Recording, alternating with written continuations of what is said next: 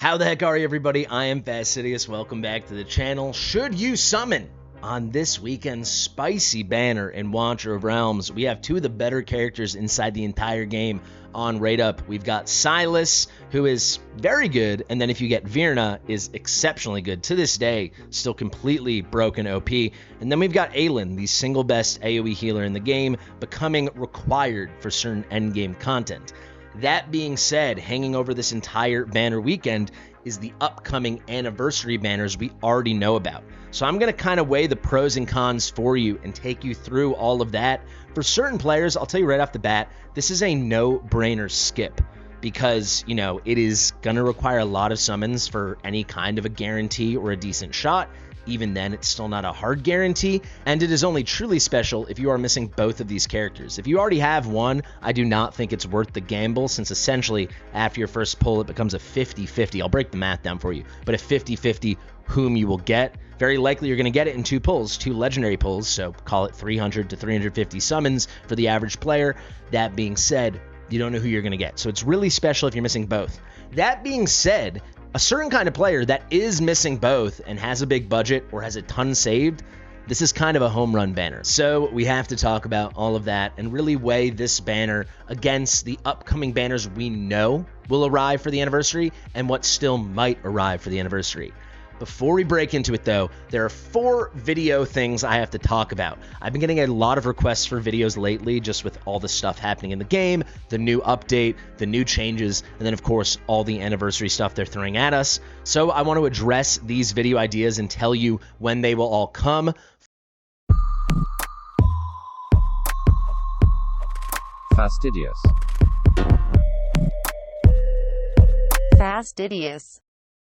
First things first, if we go to game news and we go to the 2nd anniversary celebration rewards preview, the most requested thing over the past couple days is a video in which I dive deep on who should select whom for this exclusive hero selector banner. You can select one of the previous exclusive limited heroes. These are everyone from Reeve through Diao Chan, literally every exclusive ever that has been in the game, except for Moridan, who is brand spanking new and should be arriving about 2 weeks from today, from the day this video is coming out, maybe like 15 days, not 14 days, but essentially 2 weeks from today. He's excluded because he'll get his own banner. Then probably 2-3 weeks later, we're going to get this selector, and people are saying, who should we pick? I will have this video ASAP. That being said, I don't think this banner will arrive for about 4 weeks time, maybe 5 weeks time from this video. So this will come out beginning of next week, maybe Sunday if I'm feeling spicy. But I will do a full breakdown, a full tier list, a full rankings of who you guys should prioritize. And I will give nuance as to if you have this, but you're missing this, or if you need this awakening, but you don't have this awakening. I'll try to get into that nitty gritty. The next thing people are saying with all the new stuff coming and with a new limited arriving, we just mentioned Moridan, who should people prioritize putting their soul stones into now, their unpolished soul stones? I haven't done an updated tier list since Diao Chan. I will do another one, but I will wait until Moridan is closer and I've done more testing and I know exactly how strong he will be. But you can see right above my head, he will be a limited. He will get his own banner almost certainly on either July the 16th or the 17th. He looks to be, from my first little peek at him, unbelievable. But is he better than Kagiri or Diao Chan or Sung Wukong?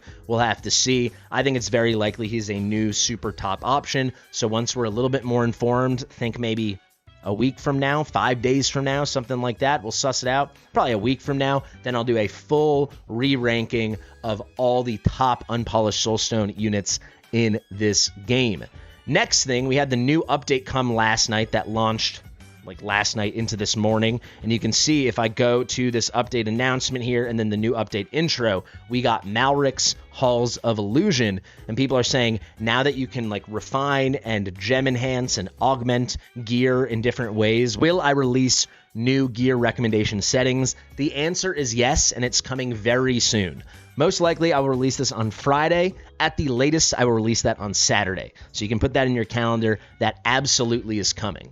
Finally, finally, with the new update, we have the new progressive rate up system, the special summoning rate up adjustments. These are to our special Invocation of Spirits banners. Those are your rare and diamonds banners, but not your limited exclusive banners. And then also our special divine summoning banners. These are your typical legendary banners, everything but like the nascent.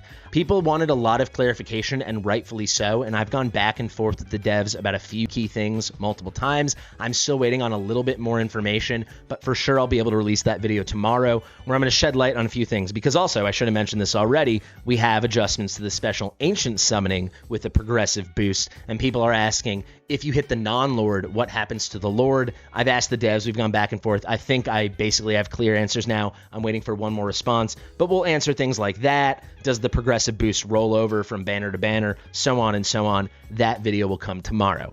All right, let's talk about this video that's coming right now, coming in hot at you. We have got the 20x for both rare and diamond summons, as well as legendary divine summons for Silas and Aylin. Let me spend 20 seconds on each. Silas hits very hard. He's got a low attack interval, very cool stuff in his kit where he ignores defense. He's got this excellent soul sniping ability. He's got a lot of things that rev up his damage.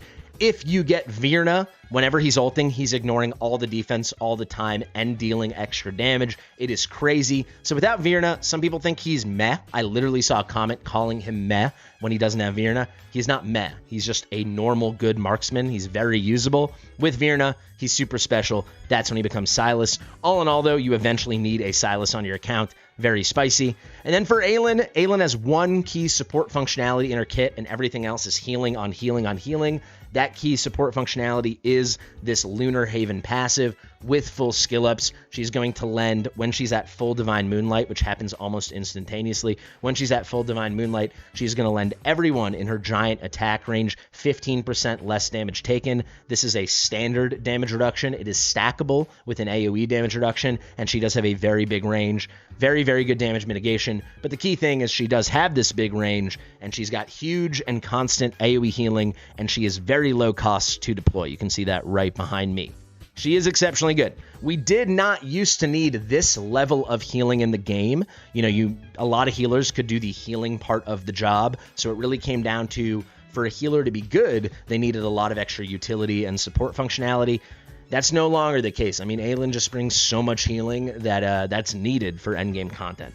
Aylin is probably more of the star of this banner unless you're progressing through the game. If you're late or certainly endgame and you don't have Aylin, that will hurt more. Unless your roster is just barren, bereft of, you know, good single target platform DPS, you still want Silas. He's still unbelievable, but you can get away with not having him. Not having Aylin in Abyss 1, that sucks. Not having Aylin in Gear Raid 2, 23, 24, that really sucks. Not having Aylin in the Tower of Deception, that really sucks. 2 out of those 3 places, everything but the tower, she's basically required. Abyss, she is hard required, and that's like the hardest content of the game. Gear Raid 2, it's very hard to do it without her, like very hard. And then the tower you can do without her, but you would definitely use her if you had her. She's just key for endgame, and you're going to want to pick up a copy.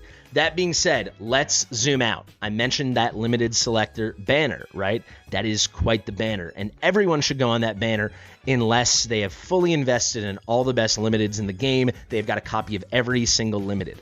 Everyone else, if you're missing anything, you're going to want to pick up that copy. Or if you have someone like Kagiri or Sun Wukong or certainly Diao Chan, but you are missing the Key Awakenings, this is such a good way to do it. Basically, you're summoning for a free Unpolished Soulstone. That's how you can look at it. It is immensely powerful. So for me, I'll just tell you, I'm going for Kagiri. At this moment, I'm sitting on 4 Unpolished Soulstones. I've been stockpiling these for a long time. I did recently put 2 finally into Sun Wukong. But yeah, basically, I'm very picky. Someone called me a freak in my comments, and I kind of agree. I'm very weird about stockpiling my resources. I just always want to be optimal, and if it slows me down, it slows me down. But I'm going to wait, and I'm going to pick Kagiri, and hopefully I will get 1 copy beyond the guarantee. But the key thing to think about is we are all guaranteed within 200. The other key thing to think about is very likely 2 weeks before, maybe 3 weeks before we get that limited selector banner, we are getting the Moridan Banner. And Moridan is a goddamn superstar. Worst case, he'll be very good. Best case, or maybe worst case if you don't want a new broken character in the game, he will be broken. And he's going to be guaranteed at 200 summons. Hopefully his top potential is not gated behind, many awakenings. If it's anything, I hope it's just like an A1. Again, it will take more testing and we're going to have to wait. I get my test server back in 5 days and I freaking cannot wait for that. I'm getting saltier by the day that they did this. It is somewhat my own doing, but it was very much a gray area. And I think the end result was pretty nasty. But whatever. I digress. Moridan is going to be so good. Maybe he's going to be even better than so good. This should be your top priority. You're going to get a lot of freebies over the next 2 weeks, and undeniably his banner will run long. So it will likely be a Wednesday to a Monday, a Wednesday to maybe a Tuesday. That's unlikely, but it'll probably be a Wednesday to a Monday or a Thursday to a Tuesday. Worst case, it'll be a Thursday to a Monday. So you're talking 4 days. You're stockpiling all those days. Remember, you're going to get a lot of summons back when you pull rares, sell them for diamonds, and re-summon. And also, there are a lot of anniversary rewards that will be revving up over the next 2 weeks. So those will make the burden a lot easier. We just got that free 10 pull in the mail from that Narissa bug. So absolutely everyone, I think even if you started saving right now, if you had even just a little, you're going to make it to 200. That's the top priority. Then you've got to think about the limited selector because that is a hard guarantee for something you want. Again, you can choose any past limited that isn't Moridan. Everything except for the new guy you can pick. Captain Reeve, Falsia, Gwendolyn, Lust, Dahlia, Honora, Kagiri, Sun Wukong, Diao Chan. That's all of them. You can pick any of them. It's really spicy. However, once you know you can go for both of those, and if you're not the kind of player that's going to absolutely unload and go for multiple copies beyond the guarantee, or you're the kind of player that's going to do that and then still have a ton left over because you either saved so much or you are prepared to spend a lot, then this banner might be the banner for you. Because remember, with the new progressive rate up system, I have a whole video breaking down all the math. Please go check it out. But all you need to know essentially is from that second legendary you pull. The first legendary, in my example, it's Abomination and Eris. Just imagine for this, Abomination is Silas and Eris is Aylin.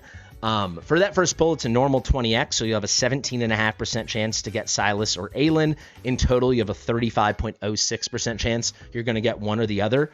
With the way the 10x boost works on your normal banners, either the Divine Banners or the Invocation Banners, it is 10x times 20x. So it goes up to a 200x rate up. Effectively then, you'll have a 42.19% chance to get Aylin and a 42.19% chance to get Silas. Add that up all together, and you're talking an 84.37% chance you hit on that second pull. But if you compound those probabilities, the chance you're going to hit on either the first legendary you pull on the banner or the second, almost 90%, 89.85% of players will hit one of the banner rate up heroes on one of their first two legendaries pulled on the banner. So remember, Soft Pity kicks in at 180. Almost everyone will hit at 190. So worst case scenario, this would take 380 summons, but in a maximum of 380 summons, 90% of players will guarantee they'll get one or the other. Like I said, if you already have one, that's a pretty crazy investment for a coin flip. It could be worth it. If you don't have an Aylin or a Silas and you're very endgame and you've got savings or you're ready to spend, you could totally go for it. It's very controlled now. That being said, there are 10% of people that won't hit in their first 210 legendaries pulled. And after that point, you go to the third one. We go up to the 2000X.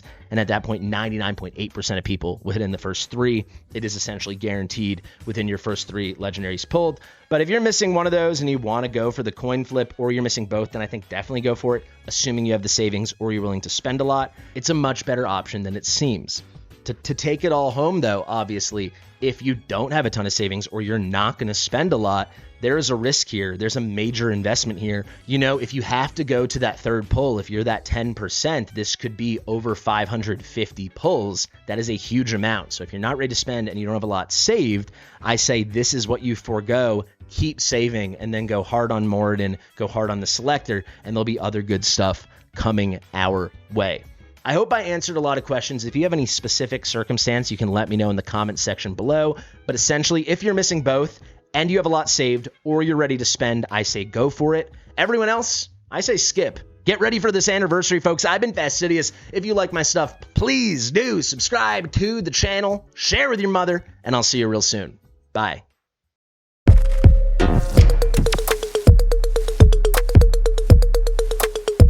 Fastidious.